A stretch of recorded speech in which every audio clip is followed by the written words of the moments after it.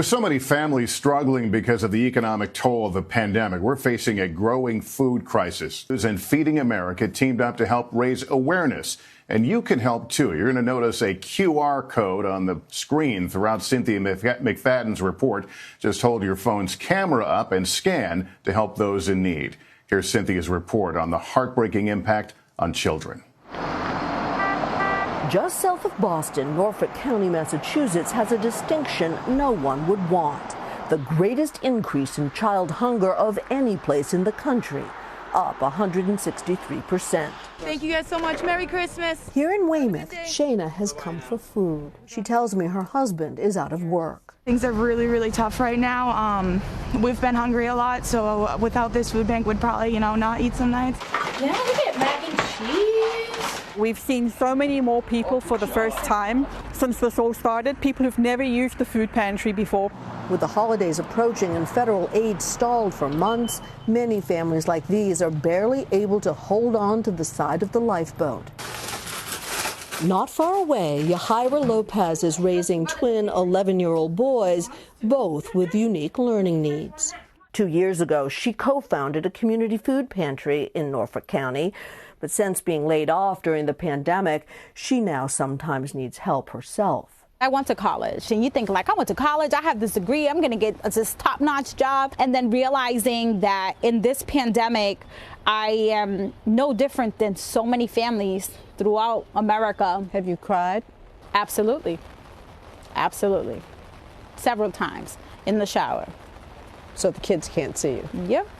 Catherine D'Amato runs the Greater Boston Food Bank, serving 550 local pantries and pushing 2.5 million pounds of food out the door every week, nearly doubling what they've been doing before the pandemic. You've been in the food bank business for a really long time. In 40 years, is this the most difficult time?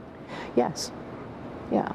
I mean, I've been through plenty of disasters. We haven't seen it so pervasive.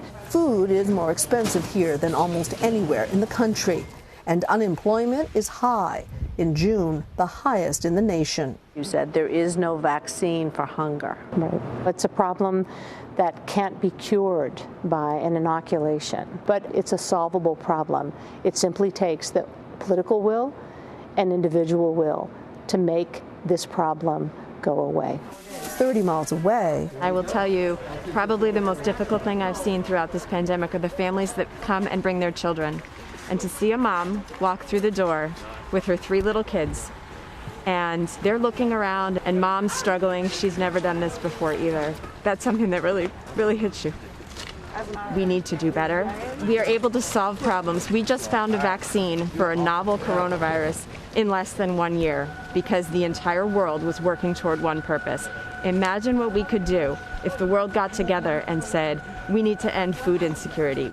We learned there are as many stories about what led people to these lines as there are people in them. But at least one question is universal. How do you explain to your kids that in the richest country on earth, so many go to bed hungry, and that some nights it might even be them? Cynthia McFadden, NBC News. This is a challenge for all of us. Please take a moment to scan the QR code on your screen if you're able to. As of this evening, between Feeding America and the Today Show, $1.5 million has been raised, which equals 15 million meals for those in need.